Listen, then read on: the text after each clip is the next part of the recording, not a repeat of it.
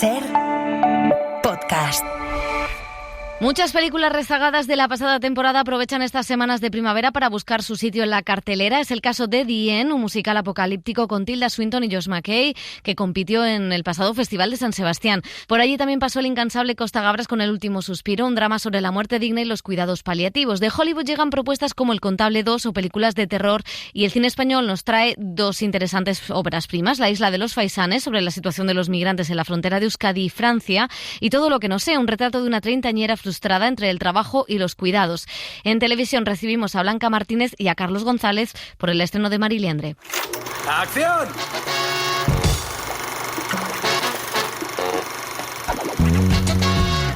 El cine en la Ser con Pepa Blanes.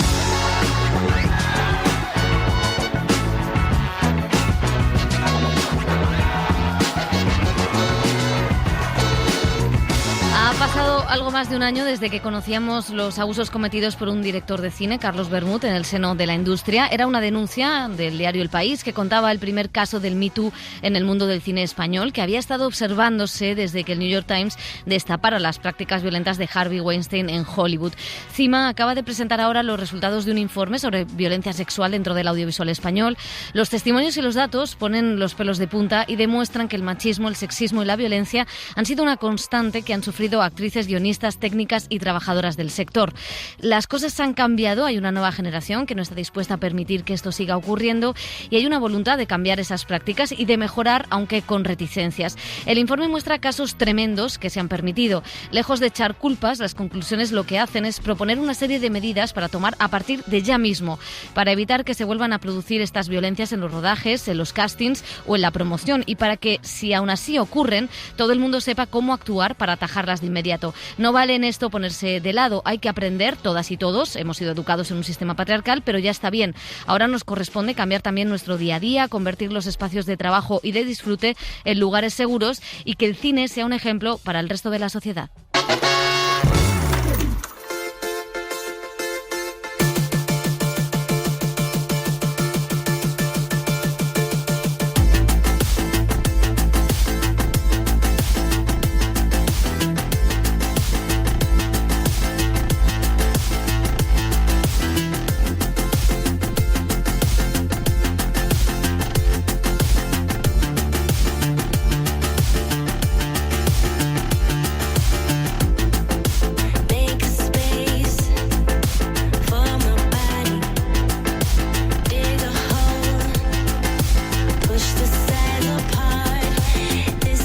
Me encanta que empecemos así con Robin, musicote. Hacía mucho que no poníamos a Robin de canción de inicio, y luego la gente nos dice, bueno, pues para celebrar el EGM. Para celebrar el éxito del EGM. Muchísimas gracias a esas personitas que, como dice Paquita, Noemí Argüelles, le dan like, y eso significa mucho en nuestros corazones. O tienen insomnio y se ponen en la radio desde Argentina, incluso, que tenemos algunos oyentes. Bueno. Nos han felicitado vía X. Sí, bueno. Nosotros siempre muy pendientes del mundo latinoamericano. Siempre, por supuesto. Nos queremos ir allí. Queremos dejar, pues dejar España. Bueno, semana de cine, de acción, de musicales apocalípticos, también de Costa Gabras, un cineasta con más energía que nunca a sus 90 años. Enseguida vamos a escucharles a todos, pero vamos a empezar con dos estrenos de Hollywood. El primero es El contable 2, la secuela de la película en la que Ben Affleck va a tratar de resolver una conspiración donde está implicado hasta el Tesoro de Estados Unidos. ¿Le gustan los puzzles, señor Wolf? Han asesinado a Ray King. Necesito su ayuda para acabar lo que él empezó. ¿Cuál es la conexión? Su cerebro, el de la mayoría, busca un patrón que le resulte familiar. Y de thriller de acción vamos a pasar al terror con Until Dawn, basada en el videojuego Supermassive Games, que cuenta cómo un grupo de chicas vuelven al lugar donde desapareció una amiga en busca de respuestas, pero se encuentran perseguidas por un asesino enmascarado, como en todas las pelis de terror, que las va matando una a una. Estoy buscando a mi hermana. ¿Le suena de algo, señor? Ha desaparecido. Yo no he dicho eso. ¿Desaparece mucha gente por aquí? Y ahora sí, vamos con todas las entrevistas que hemos hecho, por ejemplo, del director Joshua Oppenheimer, conocido sobre todo por sus documentales sobre el genocidio en Indonesia, The Act of Killing y La mirada del silencio, que salta a la ficción con The End. Es un musical posapocalíptico que cuenta cómo una familia de ricos sobrevive al fin del mundo gracias a un refugio que pudieron construirse porque tenían dinero, básicamente. Tilda Swinton, Michael Shannon y George McKay sobreviven en ese búnker, como decimos, al que llega una joven perdida y que pone patas arriba las creencias, sobre todo, del joven protagonista. Mamá, al principio, ¿alguna vez consideraste invitar a más gente? ¿Y en quién confiar? Teníamos que pensar en ti. The seconds ticking past so fast. Before you notice them, they're gone. Ahí hay alguien. ¿Es por dónde ha entrado? No. Y estamos bajo 800 metros de roca. El director, como decimos, le contaba a José Manuel Romero en San Sebastián, pues que pese a las diferencias con sus anteriores trabajos, sí que había una idea que conectaba con esta película, que es la idea de impunidad. Absolutely, there's this through line between the documentaries in Indonesia, The Act of Killing in particular, and The End. Here's a family, in the end, you have a family that is thriving in impunity. Y le escuchamos decir, como no, hay esa conexión entre The Act of Killing en particular y The End, esa familia que prospera en la impunidad. Se dicen a sí mismos que están prosperando en esa impunidad y de hecho luchan por levantarse de la cama todas las mañanas y reconstruir la esperanza y la narrativa que justifica sus acciones. Y lo que decía, que él como cineasta lo que hace es cuestionar durante el proceso de filmación esas narrativas. Con impunidad se construye una cultura de mentiras y autoengaño para justificar las propias acciones, y esa es una habilidad exclusivamente humana. Sabes que algo es falso, pero crees o te dices que es verdad. Bueno, pues eso decía Oppenheimer, que dice que se le ocurrió esta historia pues hace 8 años mientras se documentaba para un documental, que se enteró de que existían estos búnkers de supervivencia que se construyen los multimillonarios. Ahora también se lo construyen en el espacio. Mira, Elon Musk mandando a Katy Perry y compañía. Y ahí pensó que tenía que ser un musical. Thinking about how the film relates to Golden Age musicals, and I'm talking about the golden age of Broadway and then their film adaptations of that. Y decía algo muy interesante, porque decía que había pensado mucho, ¿no?, en los musicales de la Edad de Oro, en los de Broadway, que luego han tenido adaptaciones cinematográficas. El cliché de esos musicales es que cuando la verdad para un personaje se hace demasiado grande, pues no la dice y tiene que cantarla, ¿no? Y The End, sin embargo, pues muestra una especie de imagen negativa de esos musicales. Tal vez sea un musical de la era, decía, oscura, porque las canciones emergen a menudo de una crisis de duda. Cuando las narrativas e historias a las que se aferran los personajes comienzan a desmoronarse, hay momentos de duda en los que se quedan sin palabras. Y decía que él encontraba la verdad de los personajes en el silencio, no cuando cantan, que las canciones y la música es como un mecanismo de defensa para seguir justificando sus propias acciones. Bueno, pues como decíamos, uno de los protagonistas es George McKay, uno de los actores británicos de esta nueva generación, que está construyendo una carrera bastante interesante, seleccionando proyectos muy diferentes y muy interesantes como este o como The Beast de Bertrand Bonello. Gracias. Yeah. Oh, totally. I think, it's a mixture. I am also selfish, and so the process of work is my personal. Y como le escuchábamos en español, daba las gracias por decir, porque le dijimos que es un actor que arriesga, que realmente está arriesgando más que quizá algunos compañeros de generación, ¿no?, con un cine mucho más radical y autoral. Decía que también es egoísta, que que el proceso de trabajo en cualquier oficio, sobre todo el de actor, es una aventura personal y eso tiene algo de egoísmo. Y hacía un símil futbolístico que a Elio le va a gustar. Decía que él quiere mejorar en este oficio, quiere practicar, todos los trabajos diferentes te ayudan y quiere jugar en todas las posiciones diferentes, porque en última instancia eso te convierte en el mejor jugador. Si sabes, decía, quiero ser el mejor portero, el mejor mediocampista y al final ser un todoterreno. O sea, que no jugaría en ningún equipo. Efectivamente, le costaría. Pero bueno, Messi. Bueno, Messi no juega de portero. Me decía, ¿sabes a lo que me refiero? Y yo, sí, entiendo, tranquilo. Bueno, la verdad es que, muy interesante esta propuesta, que en eso de los musicales oscuros, pues tiene algo también de ese bailar en la oscuridad de Lars von Trier. Sí, es una película que te descoloca, ¿no? Porque estás viendo musicalmente, es un musical, digamos, casi clásico, a diferencia de Emilia Pérez, cuyos números musicales son más modernos, tienen otro ritmo, tienen otra estructura. Estos son números casi de musicales o de Broadway clásico, ¿no? Y nos encontramos con una distopía, con una película apocalíptica, con una película que cuenta un futuro, esperemos que no sea real, pero pues es posible, ¿no? Y entonces eso hace que te sigas con interés la película. Luego los personajes, esta familia que vive en el búnker, las cosas que hace, ¿no? Cómo reescribe la historia, que es una de las cosas más interesantes de la película. Está escribiendo un libro sobre la historia, cómo reinterpretan lo que ha pasado en el mundo, y que llega un personaje desde fuera y todo lo trastoca, ¿no? Y entonces eso es perturbador, ¿no? Y sí, es una película que hay que hay que hacer, muchas veces decimos, ese esfuerzo por meterte dentro de la historia, porque no atiende a convencionalismos fáciles, ¿no? No es un cine contemplativo así de que te entre inmediatamente por los ojos. Yo creo que es una película compleja, arriesgada, difícil, pero es estimulante porque ves algo muy diferente a lo que se ve habitualmente en el cine. Sí, quizás no es redonda del todo, o esa parte musical sí. A lo mejor te deja un poco más frío, pero a mí me parece fascinante la historia, porque realmente sí que dice mucho de nosotros, ¿no? Lo de los refugios en el espacio no es una butad, es algo que está pasando. Los multimillonarios se compran esos refugios porque saben que los van a necesitar y son ellos los que se van a salvar, mientras los pobres no nos vamos a salvar, ¿no? Te iba a decir que la Unión Europea nos ha recomendado un kit de supervivencia. Entonces estamos en mundos donde esa desconfianza, donde el sálvese uno mismo y deje fuera a los demás, es casi una constante, casi como una obligación, ¿no? Y el que no lo hace casi es el tonto del pueblo. Y en ese sentido creo que la película sí que muestra las dinámicas de egoísmo, individualismo, y también el choque. Me parece muy interesante el personaje de ese hijo que se da cuenta de quiénes son sus padres, de qué han hecho sus padres en el pasado para que el mundo esté así, ¿no?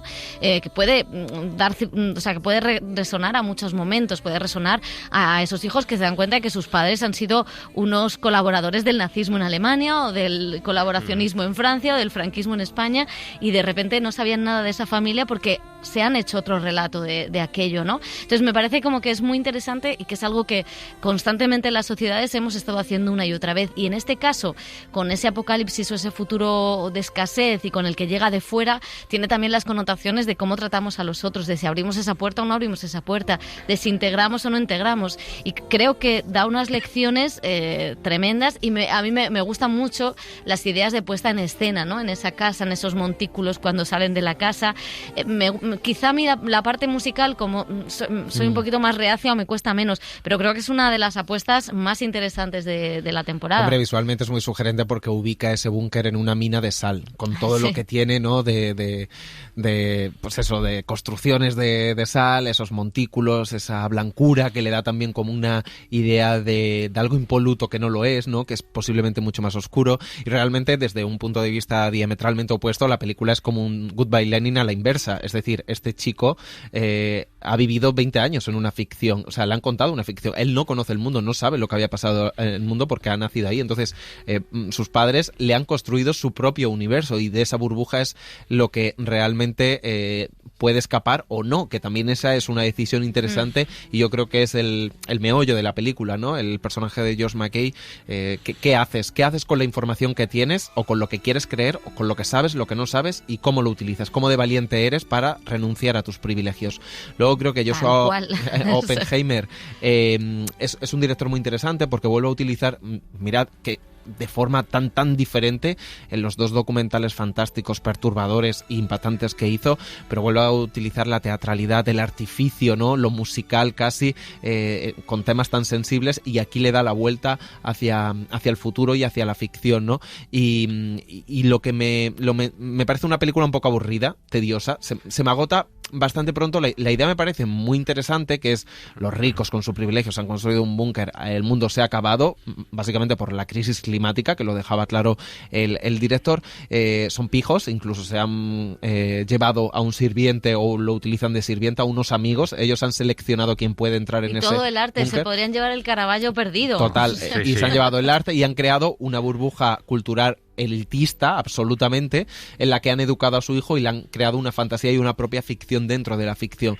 pero el elemento disruptor, como siempre, es alguien que llega de fuera. En el momento que ese alguien llega de fuera, a mí se me agota un poco la película en cuanto a narración, y creo que se embelesa mucho con la música, con los números musicales, con la extravagancia de los propios ricos, que luego en el desarrollo, que son 2 horas y pico de película, y a mí sí que me parece en ese sentido una película con muchas cosas interesantes, pero también que se hace un poco cuesta arriba porque me parece aburrida y porque no aprovecha todo el material que tiene.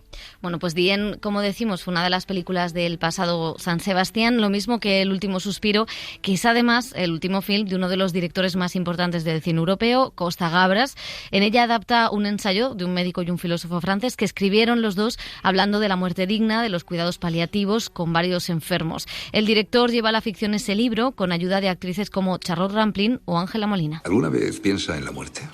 Más bien a lo que la precede. Creo que los pacientes saben más de su estado por nuestro comportamiento que por nuestras palabras, a menudo edulcoradas. C'est un peu dangereux d'entrer dans ce domaine-là. Siempre es un poco peligroso entrar en este campo, porque es cierto que la muerte es un asunto personal.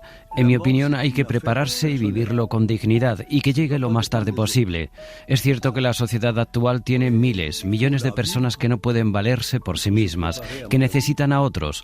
A veces oigo que eso es muy caro para la sociedad, pero hay que tener cuidado con ese tipo de discursos. Yo, de lo que intento hablar con la película, es de que cada uno de nosotros debe prepararse para este momento de partida. Digo partida porque es un viaje, aunque no se sabe bien a dónde vamos. Cada uno tiene su propia filosofía y sus creencias. Es que nadie quiere creer realmente en su propia muerte y todos le tenemos pánico. Se crea una situación de histeria. En Francia creamos el sistema de cuidados paliativos, en el que se basa un poco la película, porque un médico de cuidados paliativos escribió un libro corto con Régis Debray, y a mí me interesó mucho, porque había casos reales. Podría hacer una fotografía de la vida, porque ante todo, una película tiene que ser un espectáculo. Yo nunca lo olvido, no es un discurso político, no es un discurso religioso, es un espectáculo. Vamos al cine para tener emociones, y luego con estas emociones hacemos algo. Eso es lo que he querido hacer, que las emociones lleguen al público y que se hable de este tema. Solo podemos aprender a afrontarla y hacerlo sin temor alguno. Los escucho y me pregunto si no habrá un libro ahí. Un libro sobre moribundos sería puro voyeurismo, sí. En plus, j'arrive à ce moment à un âge où l'horizon commence à approcher beaucoup. Estoy llegando a una edad en la que el horizonte de la muerte empieza a acercarse mucho. Va a suceder, así que tienes que estar preparado y mantener la dignidad. A veces pienso que tendré que elegir cuando sienta que ya nada será igual que antes y que será cada vez peor. Cuando el cuerpo empieza a desprenderse de ti, la memoria, a dejarte ir. Pire en pire. Que le corps commence à vous lâcher, la mémoire vous lâcher, etc. Es una idea, sí, pero espantaría a la gente, ¿no? Sobre el final de la vida. Con la experiencia de un profesional y las reflexiones de un filósofo. Dans nos États, dans nos pays démocratiques, un endroit où on doit pouvoir También debemos tener en nuestros países democráticos un lugar donde podamos hablar y decir: quiero terminar, ayúdame. Eso también es importante. Lo hizo Godard el día en que sintió que ya era suficiente. Ese derecho también debe existir y no lo tenemos. Al contrario, lo que tenemos son a millones de personas que siguen viviendo de una manera muy imperturbable.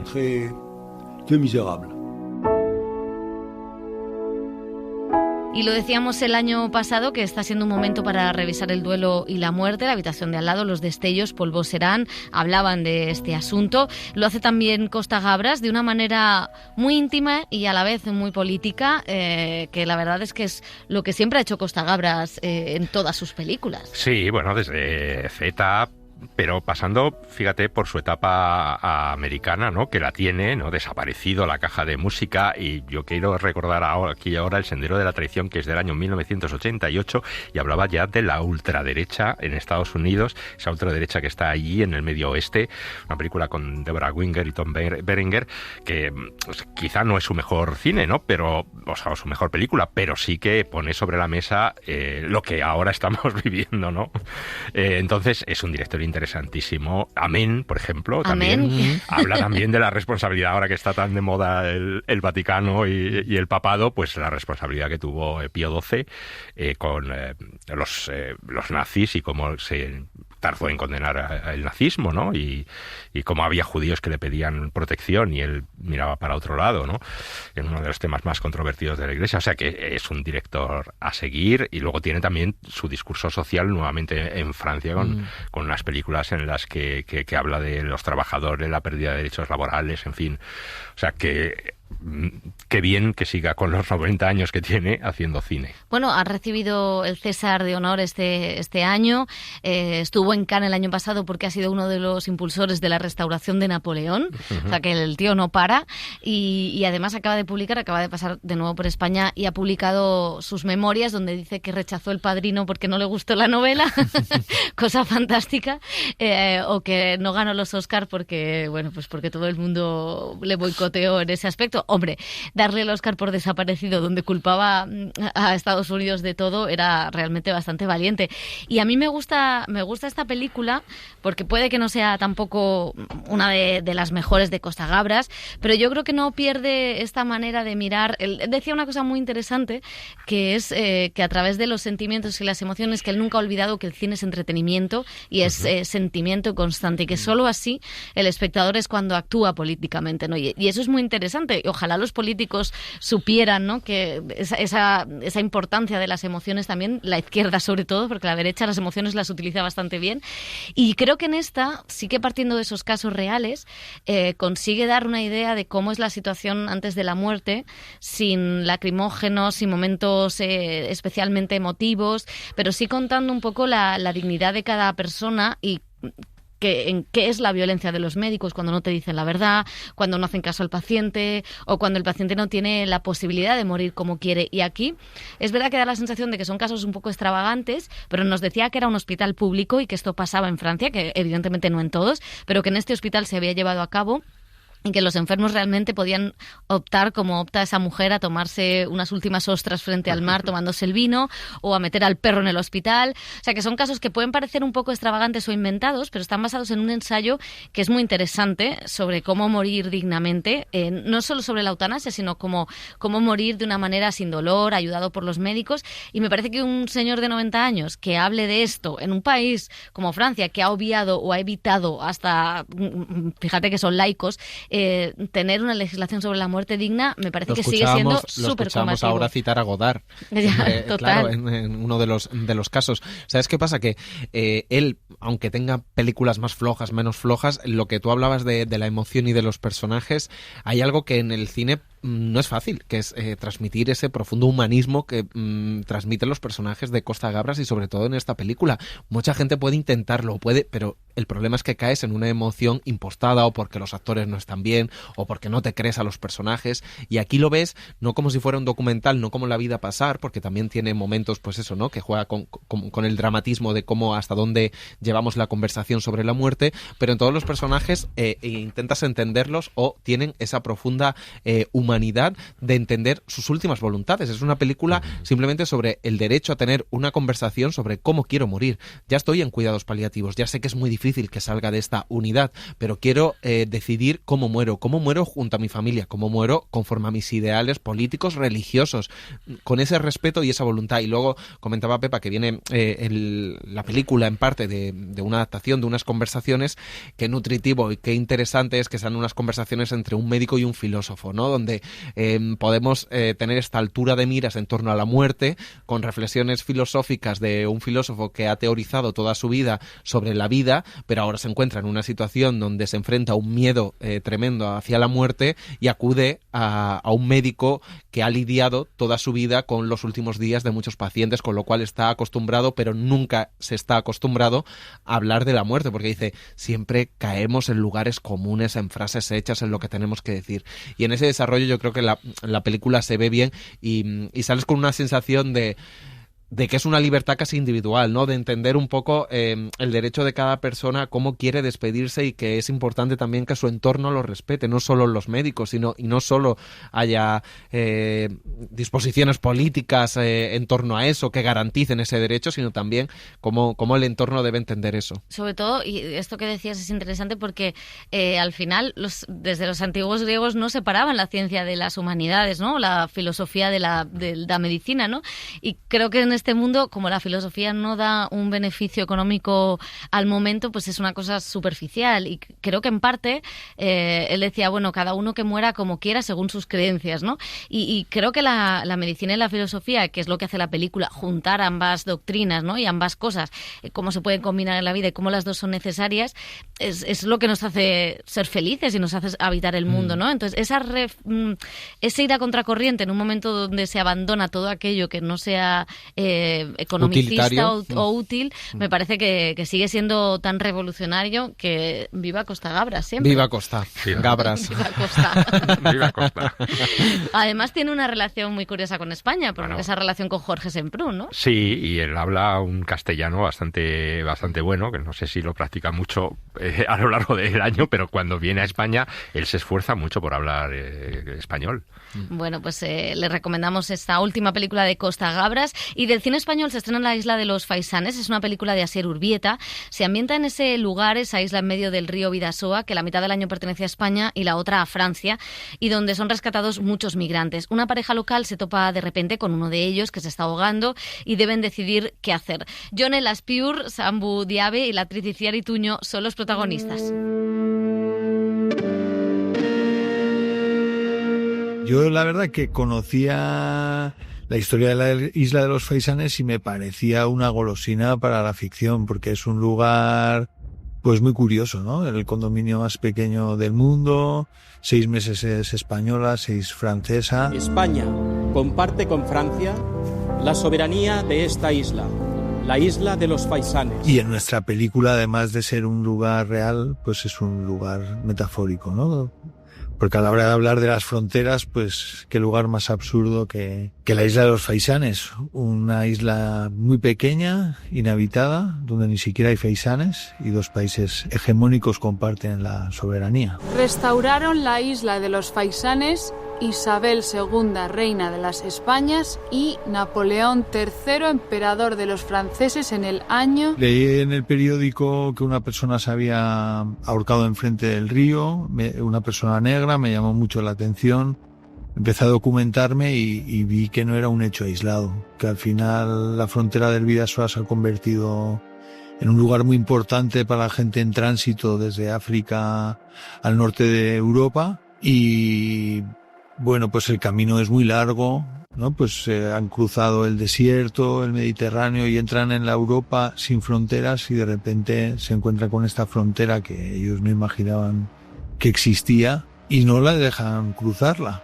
Entonces, pues esta persona se suicidó porque estaba psicológicamente muy cansada, y en este proceso de documentación otras 5 personas se ahogaron en el río y 3 fueron arrolladas por el tren, porque muchas veces suelen caminar de noche para no ser vistos por la policía por las vías del tren, porque saben que van de Hendaya a Bayona, de Bayona a Dax, y muchos conductores de tren pues se tenían miedo de que iban a atropellar a alguien, y efectivamente atropellaron a 3 personas. Y de ahí surge pues la necesidad de contar esta emergencia humanitaria que está ocurriendo ahora.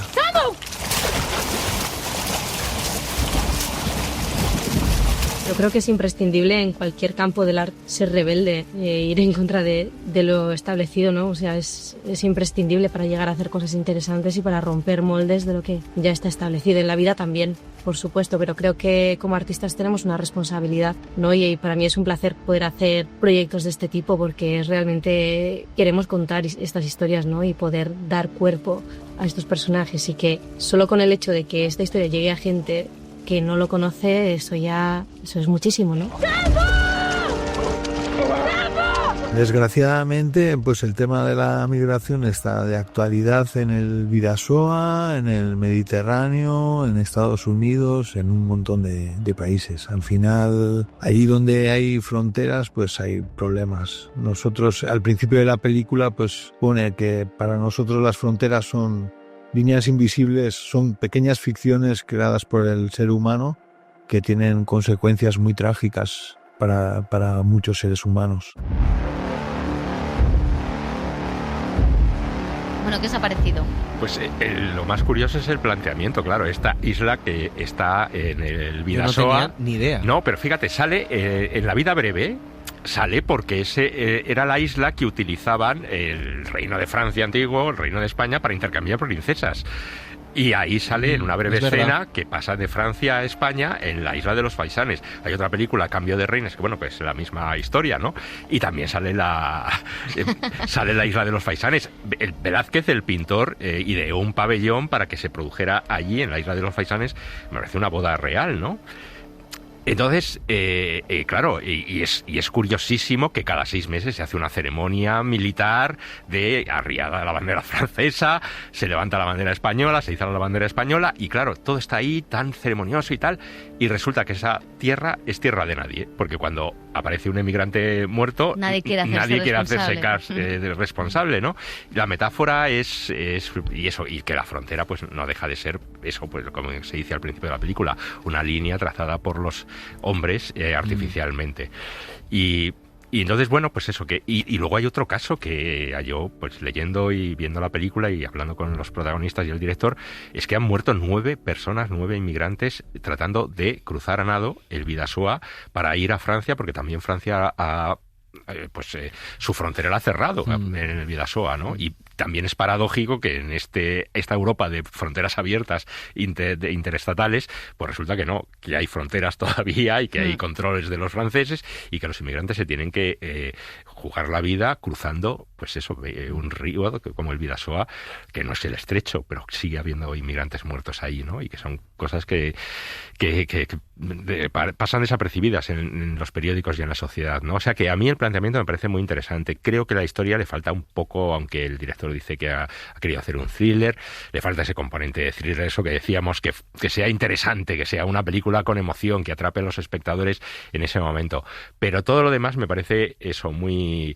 me parece muy bien que se cuenten estas historias, y además uno de los protagonistas... que es de Pamplona, Sambú Diaby, pues que es su primera película, hace de un inmigrante que ya está establecido, que ya está arraigado, que tiene una relación y que de alguna manera va perdiendo un poco esa sensación de relación con los inmigrantes que vienen de fuera, ¿no? Y cómo lo va recuperando. Parece que tiene cosas muy interesantes la película, pero se le falta un poco esa emoción del thriller. Sí, quizás es una ópera prima y, claro. Y a lo mejor pues es también pues sí, le falta ese punto un poco más. A mí me ha interesado muchísimo por la situación de esta isla de los Faisanes, también por mirar a la inmigración de otra manera, a través de una relación de pareja, pareja que medio se rompe o se le abre una grieta por cómo actuar ante una situación en la que tienes que ayudar a los demás, ¿no? Que es un poco un Ruben Östlund sin cinismos, ¿no? Y aquí se quita ese cinismo, pero en el fondo es fuerza mayor, ¿no? ¿Qué haces tú en este momento en el que, bueno, he descubierto cómo eres? No es criticable porque hay una conversación entre las amigas que sí, ¿qué harías tú? Pues quiero pensar que haría esto, pero no lo sé porque tenemos que vernos ahí, pero a la vez eso reabre de alguna manera la confianza en el otro. Y cómo es toda esa búsqueda y cómo es también el racismo que sufre ese vasco o ese pamplonica, mejor dicho. Bueno, es de Irún en la película. En la película es de Irún. Iñaki, pero que a la vez no es un migrante, pero a la vez está en una situación distinta, pero a la vez sigue teniendo esos cacheos policiales cada vez que cruza el puente. Y luego retratar, pues a esa sociedad que tiene que convivir, que no mira más que en un momento determinado y que que en el día a día pues somos todos nosotros, no nos implicamos, luego vemos las noticias y nos indignamos, pero ¿qué hacemos en el día a día porque las cosas cambien o porque la situación de los migrantes que vemos en Lavapiés, que vemos en el Raval cambien un poco, ¿no? Pues a mí sí creo que es una película que me ha apelado bastante, pese a que le falta, es verdad, esa parte a lo mejor más potente, ¿no? Sí, a lo mejor le falta fuerza, pero creo que tiene muchísimas capas y muchísimas lecturas. La primera, básicamente, es que Schengen, esto que nos vendieron, ¿no?, del espacio Schengen de la Unión Europea, es una estafa tremenda si no eres blanco, porque si tu color de piel es otro, y especialmente aquí creo que es muy poderosa la historia y la metáfora, porque no estamos hablando de una valla con concertinas en Melilla, estamos hablando de un puente, que es el que separa Irún y Hendaya. Entonces es algo como tan común cruzar el puente del Bidasoa para muchos de estos ciudadanos. No suelen tener problemas en los controles, pero claro, si eres negro te persiguen. Luego, una de las cosas que deja ahí un poco la película, pero luego yo empecé a leer porque me empecé a interesar, es claro, las devoluciones en caliente, que hemos hablado mucho de las devoluciones en caliente en otros lados. Claro, Francia ha decidido, según el último convenio, porque creo que Macron y Sánchez no han acabado de perfilar lo que había. No han acabado bien. No, es indudablemente de Aznar de hace mucho tiempo, ¿no? Entonces, están permitidas esas devoluciones en caliente, o Francia las está ejecutando, y si en 4 horas, antes de 4 horas, que ha pisado suelo francés, lo puedes devolver a Irún. Toda esa red social y ese tejido social de la gente vasca de Euskadi que han decidido acogerlos, o al menos ayudarles y que digan, oye, no te sientas así. Y luego también el hecho de fondo es esa pulsión de todos esos migrantes de una etapa colonial que el objetivo es llegar a Francia, o sea, que no llegan a Francia porque Francia sea mejor que España o sea peor. No, tienen una serie de raíces. Es que tienen una serie de raíces, aparte no tienen la barrera del idioma, e incluso muchos ya tienen familia sentada en Francia y han logrado ellos llegar después, pero no pueden llegar ni a Marsella, ni a París, ni a Niza, ¿no? Entonces creo que es muy interesante, y que todo esté atravesado, ¿no?, por la historia de esta pareja joven, interracial, podemos decir, las dudas, los dilemas que tienen. También me parece interesante la figura de él, y hasta qué punto no es paralizante nacer como un chico de Irún, siendo negro, de origen posiblemente africano por tus padres o lo que sea, con un nombre el que te quieres poner, y al ver a compatriotas tuyos o a gente de tu procedencia en la calle tirados. Entonces, ¿cómo tengo que gestionar yo esto también personalmente y emocionalmente? Me parece el debate que abre muy interesante para dos tipos de inmigrantes o de esta segunda generación de inmigrantes que ya están asentados en España, y qué hacen con estos inmigrantes a los que se les considera ilegales. Y creo que sí que toca muchos palos, que no acaba de ser es una ópera prima y no acaba de ser redonda, pero que sí que tiene muchos puntos interesantes y que me interesa, porque no tenía ni idea que pasaba todo esto en la frontera. También es verdad, es culpa a lo mejor informativamente nuestra o de prestar atención. Hubo un documental hace un par de años que yo creo que se estrenó en San Sebastián, si no recuerdo mal, y el documental sí que abordaba a través de testimonios un poco cómo era la vida en los dos lados del Bidasoa, cuál era la situación de esos migrantes, donde también hay CIES, donde también hay pues y sobre todo recordando que en un momento determinado esa frontera también fue de españoles que huían, ¿no? Entonces, bueno, es significativo. Y luego es muy gracioso lo último, que yo no entendía muy bien, en plan, los cabezudos, esto me parece como interesante como que las fiestas de pueblo son las que nos salvan. Sí, eso es lo que pensé. Yo que soy muy de fiestas de pueblo, como esta cultura local, ¿no?, o estas tradiciones al final puedes integrar a otra gente y pueden ser un mecanismo de salvación y de resistencia. Bueno, pues tenemos también otro debut, el de Ana Lambarri, directora de casting, que salta en la dirección con esta historia de una joven en plena crisis vital, con un trabajo precario, una salud mental deteriorada y una relación familiar poco amable. De repente se le ofrece la oportunidad laboral de su vida que pone en peligro su estabilidad. Susana Baitua es la protagonista. Tal y como estás ahora, ¿estás bien? Es que no veo la necesidad de cargarte con más horas. Mamá, escúchame. ¿Sabes lo que te hace falta? Despejarte un poco. Salir, conocer gente, hacer planes. Échate un novio. Las pruebas reflejan un aumento en 2 de los nódulos. La quimio va a ser muy agresiva. He generado un calendario nuevo, ¿vale? Te lo he mandado. Vale. nace un poco de la idea de hablar de la ansiedad y de la incertidumbre, que creo que compartimos un poco todos los que estamos en una generación que podremos llamar millennial, bueno, un poco todos los que hemos vivido desde la crisis del 2008 en adelante, y entonces de lo que hablo un poco es de esa idea de todo lo que podemos llegar a pensar que puede llegar a pasar y que luego no pasa, o que sí pasa, y que es todo lo que no sabemos, ¿no? Y que está siempre ahí en la cabeza dando vueltas. Tengo que tener muy claro el arco, porque es muy intimista y tampoco lo vamos a mostrar de una manera como ¿sabes? De evolución, claro, el drama, el desenlace, o sea, en realidad es todo la cotidianidad de 4 años de la vida de esta chica lidiando con problemas cotidianos, sin un gran detonante. Entonces, eso era un reto para mí, entender las cositas pequeñas.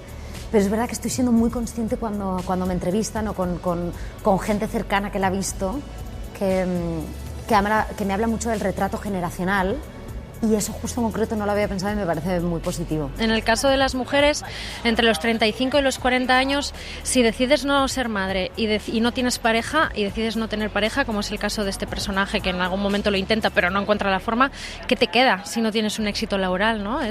Son decisiones que además luego no tienen como vuelta atrás. También creo que juega la estructura social de la maternidad también. Es decir, en el caso del personaje de Laura y de su hermana tiene hijos, tiene una familia, tiene responsabilidades, y hay una parte donde se menosprecia mi vida por no tener hijos, como que mi vida no es tan importante. Entonces, ¿cómo no voy a cuidar yo de papá? Que por supuesto, ok, hay que cuidar de papá, pero vamos a repartirlo. Que yo haya elegido no tener hijos no quiere decir que mi vida no sea importante. Es una elección mía. También hay algo de eso, creo. Y por supuesto del egoísmo y del... Yo recuerdo, antes de rodar, una conversación con Ana Lambarri, la directora, de... Olvidémonos de que Laura caiga bien. Vamos a ser realistas con el personaje. Luego, que la gente juzgue lo que quiera y que la vea, pero lo que vamos a retratar es la vida y esta mujer en concreto. Pero cuando hay una persona enferma de larga duración, porque no son enfermedades así igual, sino de larga duración, las jerarquías familiares cambian por completo y entonces empieza a haber, hace falta una entrega, quién dedica más tiempo, quién puede, quién no puede. Hay personas que emocionalmente quizá no pueden encargarse tanto o no quieren ir al hospital porque les da miedo. Entonces de repente se genera ahí como una nueva jerarquía que evidentemente conlleva conflictos. Es que no deja de ser alguien que creo que todas hemos podido pasar un momento así en la vida, que si tú no estás bien, pero que es normal no estar bien en momentos de la vida, no puedes estar bien con la otra persona. Entonces ella se está buscando en todo. Es una película de búsqueda, de entender, de poner límites, de ser egoísta, de empatizar, de pedir perdón, entonces está en un momento catártico donde no está pudiendo generar vínculo con nada de una manera sana. Es decir, lo que más ama en el mundo es su trabajo, es algo por lo que se deja la vida y no tiene un vínculo sano con el trabajo. Entonces, lo que más quiero me está matando. Entonces estás en un círculo. Entonces, ¿cómo vas a querer bien a la pareja? ¿Cómo vas a querer bien a tu hermana? ¿Cómo vas a querer bien? Y hay algo ahí de ese viaje de entender que es el viaje de Laura, de entender que no tienes por qué dejar el trabajo, pero sí tienes que encontrar una relación sana con ese vínculo. También la exigencia, tener que ser la mejor, ser programadora en un mundo de hombres. Subo cuesta arriba, luego costará bajarlo, lo jodida que es la vida sin currar. Y desde México llega Sujo, película de Fernanda Valadez y Astrid Rondero, que cuenta cómo un niño queda huérfano tras el asesinato de su padre y con la ayuda de su tía crece en el campo, pero en la adolescencia acaba envuelto en un cártel mafioso. Antes de todo solo había noche. No había luz ni ruido. ¿Y los animales?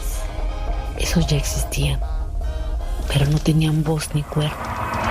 Y a Filmin llega El idioma universal, el canadiense Matthew Rankin, que estuvo en la quincena de cineastas de Cannes del pasado año. Es un drama de historias cruzadas entre Canadá y Irán, que podría ser el Irán de Kiarostami o Panahi, y que solo existe, dice, en la mente del director. اینجا یکی از اولین سازه‌های مسکونی در بخش تاریخی بژ وینیپگ. Y terminamos con Animación, Mi vida a lo grande, una película checa que cuenta cómo un niño de 12 años sufre acoso escolar por su peso. Se considera obesidad de grado 2. ¿Alguna vez has intentado perder peso, papá? Casi siempre, chaval. Cuidado, Clara, o te comerá. Sí, Gordy se lo come todo. Incluso las hermanas. El problema no está en el estómago, sino aquí.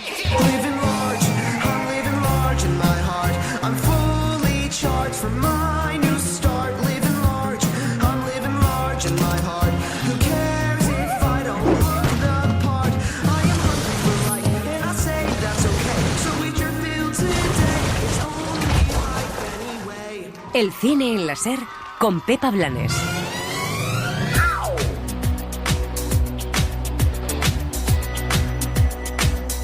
Las series.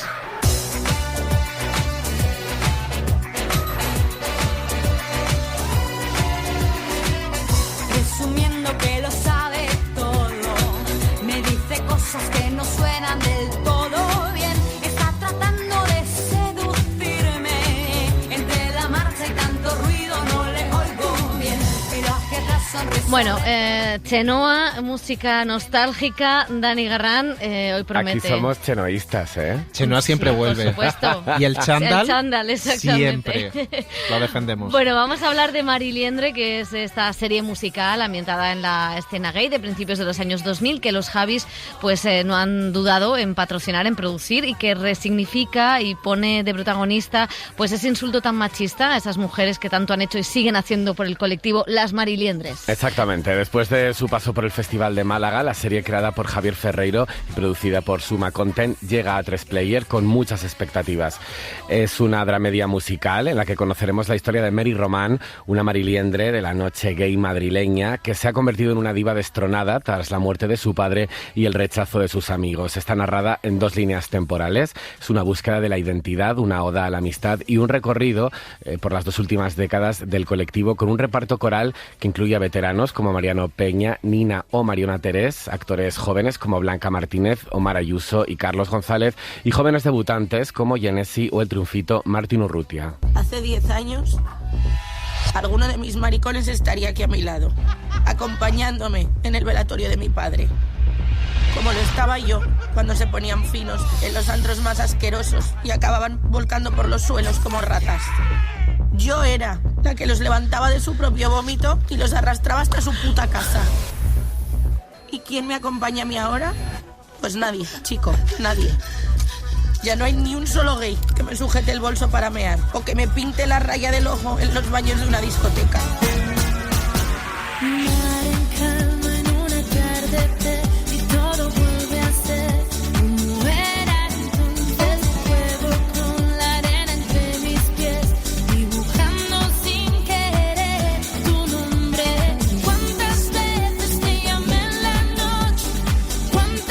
Promete ser uno de los estrenos españoles del año, también una de las entrevistas del año. ¡Hala, qué presión!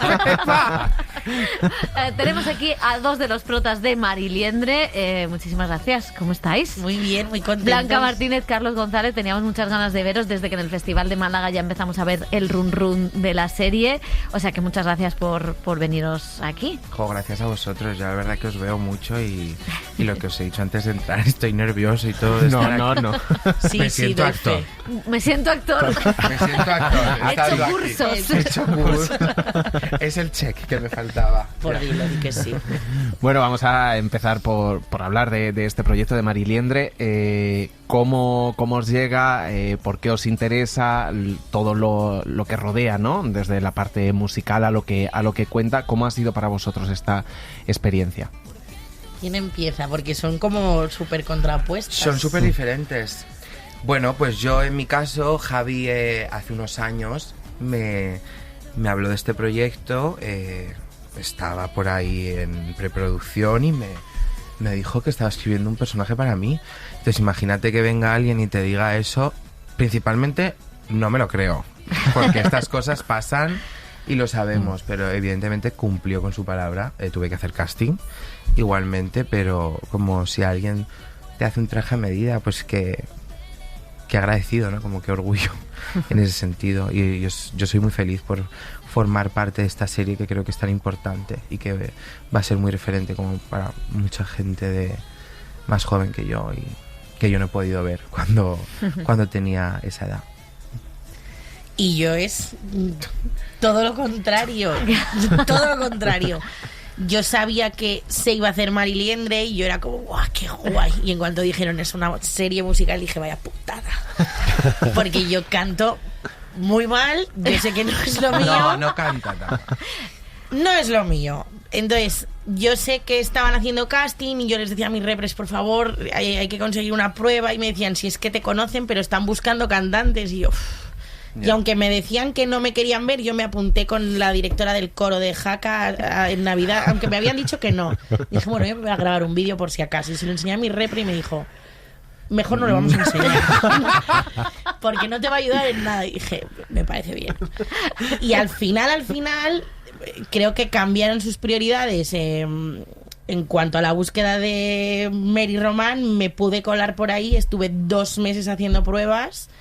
Pero al final dieron más peso, gracias de verdad, a la interpretación que a toda la parte de canto y lo conseguí. Y luego la decisión de buscar una voz que merezca los números musicales, pues creo que ha sido la acertada y creo que la mezcla de las dos cosas es una fantasía increíble. 2 cosas te voy a decir. Lo primero, que ha sido un poco una búsqueda muy Mary Román. O sea, sí. Tú ya eras el personaje antes. Claro, yo sí, tía, ella es claro, Mariliendre. Yo Ella tiene sabía. una camiseta que pone Mariliendre. Fui al casting con ella. Ella tiene un grupo por si de tenían amigos. dudas. Por si acaso. Y 2, que cantar bien está sobrevalorado. O sea que ya claro, vamos a pasar. Te lo digo yo, que sois muy jóvenes, no os acordáis de Roberto Carlos. De Robert. No, el niño este de el programa de Jesús Vázquez. Bueno, en fin, sois muy jóvenes. No, pero son muy jóvenes, sí. Uno que tarareaba.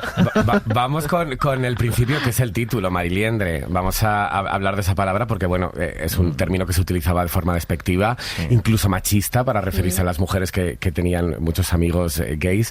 Ahora se reivindica con orgullo. Hay una ficción en torno a este concepto y a esta persona. ¿Por qué la necesidad de reivindicarlo y de resignificarlo? Principalmente porque no existe. Como he dicho antes, no hay referentes en pantalla con el físico de Blanca, con mi físico. Creo que es muy importante ser conscientes de que no se pueden perder este talento en España y en las series y en la pantalla. O sea, yo agradezco principalmente ver a personas diferentes en la pantalla y creo que es importante contar este tipo de historias para contar principalmente que el colectivo tiene mucho más allá de ser marica. También existen lesbianas, existen transexuales, existen todo tipo de gente dentro de un colectivo, ¿no? O personas que son cis hetero, como es el caso de Mary Román, pero tiene todo el derecho del mundo una persona cis hetero también a encontrar su lugar de seguridad en los bares de ambiente de Chueca, que es el caso de Mary Román. Yo creo que esta serie principalmente, creo que no solo habla del colectivo, creo que también tiene una historia que va más allá de eso, que la gente se puede sentir identificada en muchos aspectos como los temas de salud mental.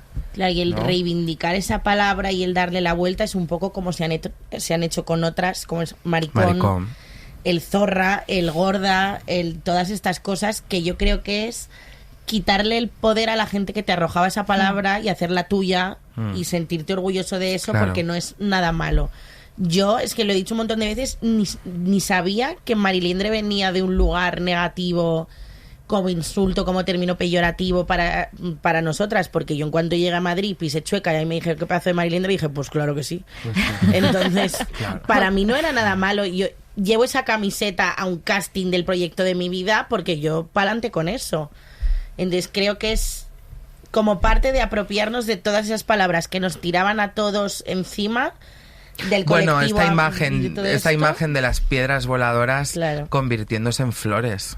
¿De dónde es esta imagen? De unas piedras que están por el cielo y se convierten luego en flores. Es una película, pero ahora mismo no sé cuál es. Empiezan a tirar cosas, no sé qué película es, la verdad, pero se empiezan a tirar como bombas y cosas y todo se acaba convirtiendo en flores. Da igual, perdón, pero os juro que es una película y la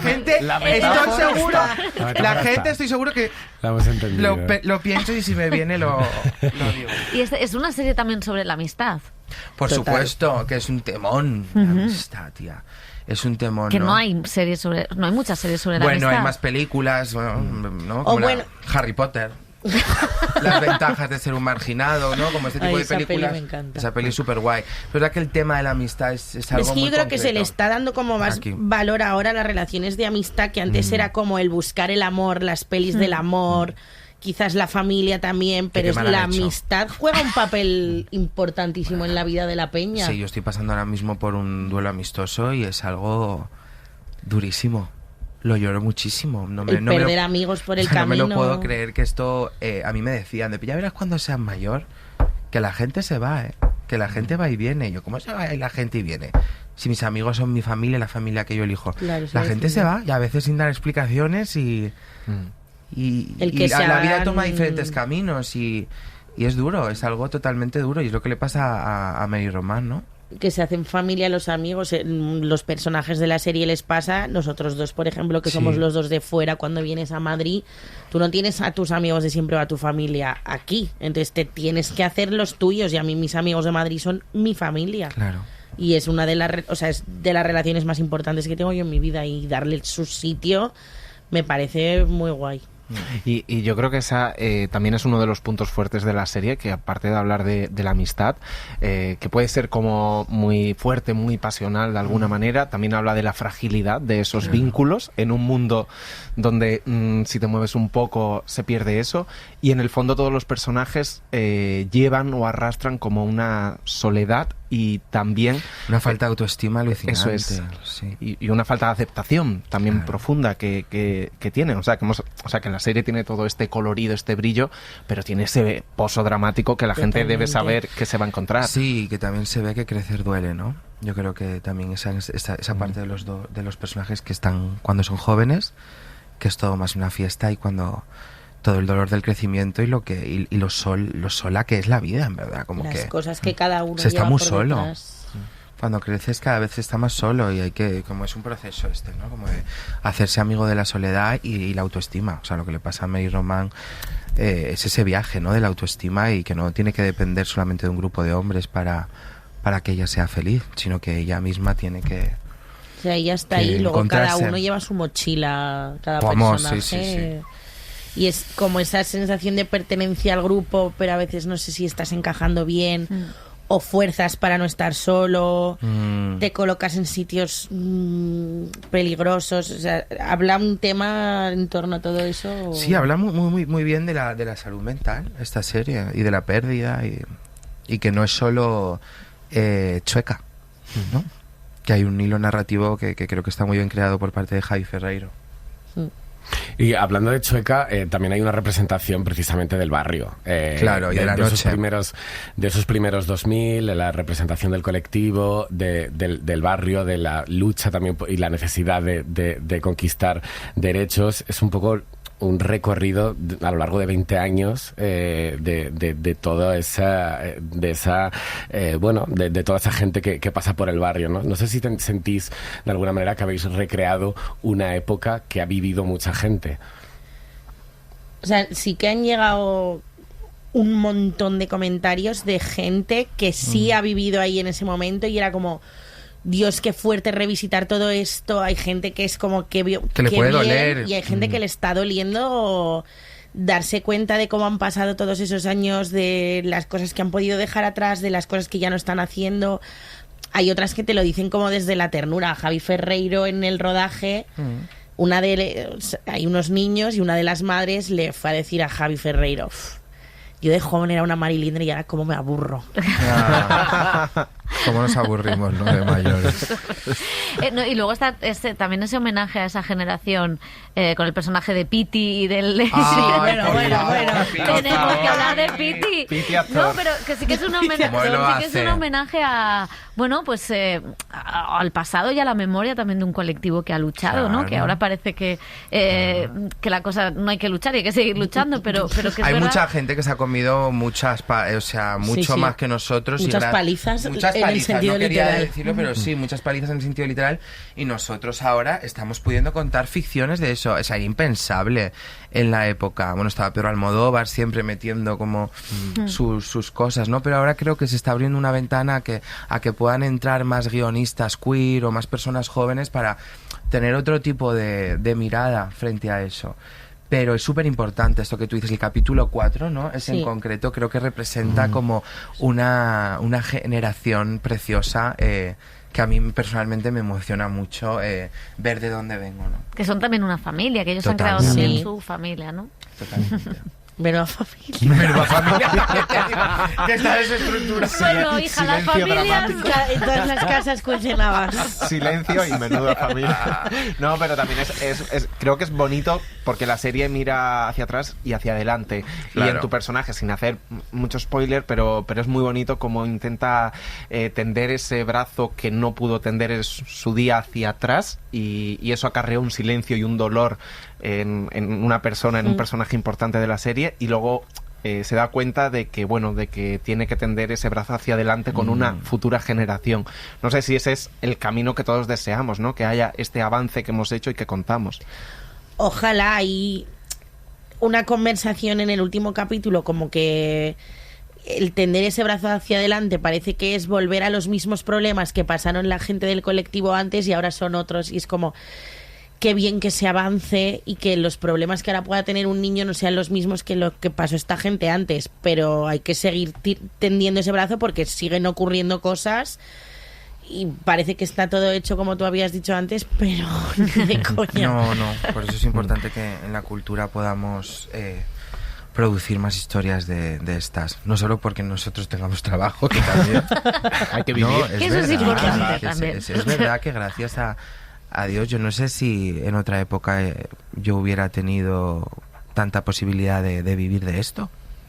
Es algo que no tengo ni idea, pero he tenido la suerte de caer como quizá en el momento exacto, y me siento muy orgulloso de estar encasillado. A ver cómo me expreso con esto. Como siento que siempre me han dicho, ten cuidado con estar encasillado y hacer papeles solo de maricas. Estoy comiendo, como gracias a hacer papeles Bueno, de... durante toda la vida muchos actores han hecho solo papeles de heterosexuales.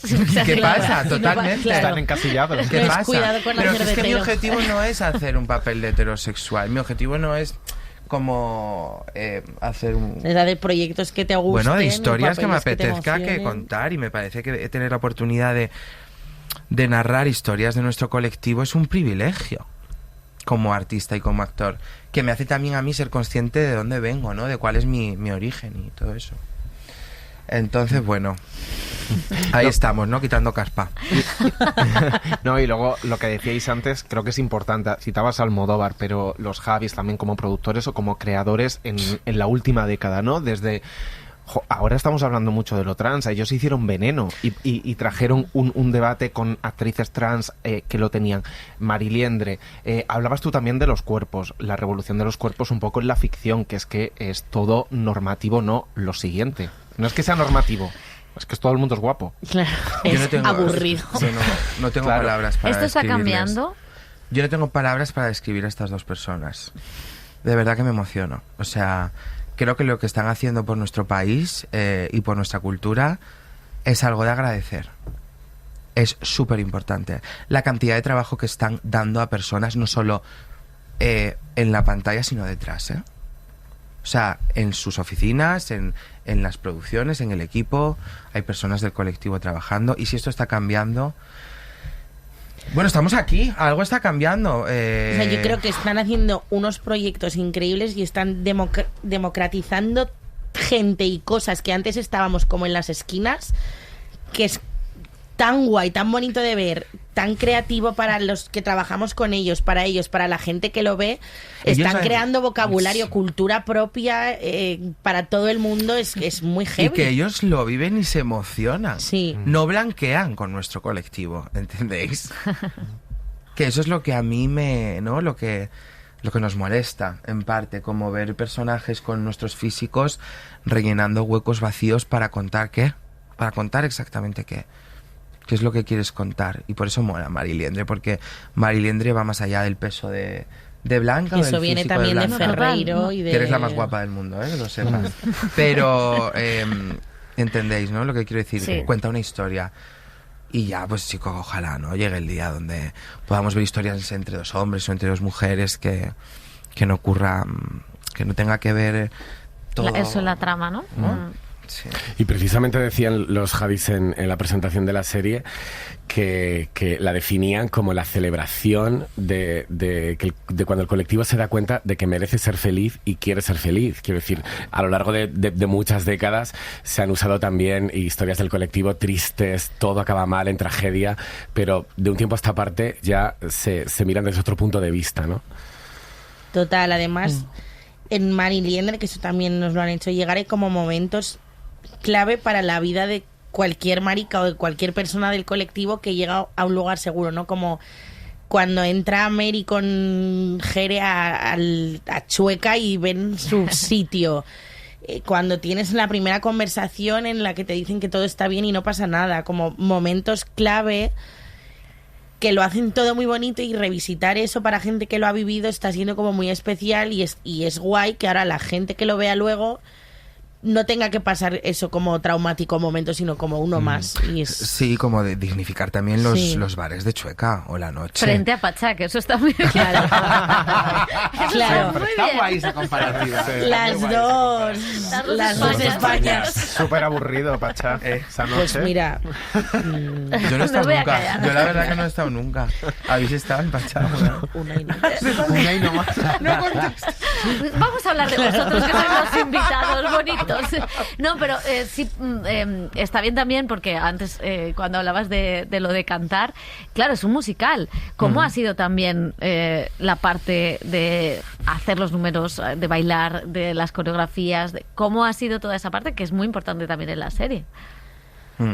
Pues un curro con mayúsculas. Para ti ha sido una clase de Drag Race, lip sync. Bueno, sí, yo ahora soy la reina del lip sync, porque he echado más horas que un reloj preparando todo eso con María Arevalo, que era la coach vocal, pero luego las coreografías de Belén. Sí, la verdad que hemos tenido un equipo increíble. Y tú sentías que estabas haciendo algo bien cuando tú veías al Eléctrico, a Carlos y a Dani, por ejemplo, bailar encima de un foco. Tú dices, por aquí vamos bien. Si el Eléctrico baila Chenoa, estás haciendo bien. Bueno, pues ha sido un placer teneros, que además creo que erais amigos antes de la serie. Somos muy amigos. Ahora, ¿te imaginas? Ahora ya no. Pues la persona de la que estaba hablando antes, que perdía de la amistad, es Blanca. ¿Te imaginas? Aquí estamos de luto. No, cariño, a nosotros no nos va a pasar eso. Nos hicimos muy amigos en el primer proyecto que hicimos juntos. Todas las veces que nos enamoramos. Y ya no nos hemos separado, nos hemos ido a México juntos. Todo. Ahora nos queremos hacer buceadoras juntas. Nos vamos este verano, sí. A sacarnos. El título de buceador. Vamos a ver. Al principio me hacía meterme al mar a mirar si había peces porque le daba miedo, y ahora quiere ser buceadora. Pero yo he tenido que entender lo que hay debajo para estar tranquilo. Enfrenta tus miedos. Muy bien, así me gusta. Pues muchísimas gracias. A vosotros. El cine en la SER con Pepa Blanes.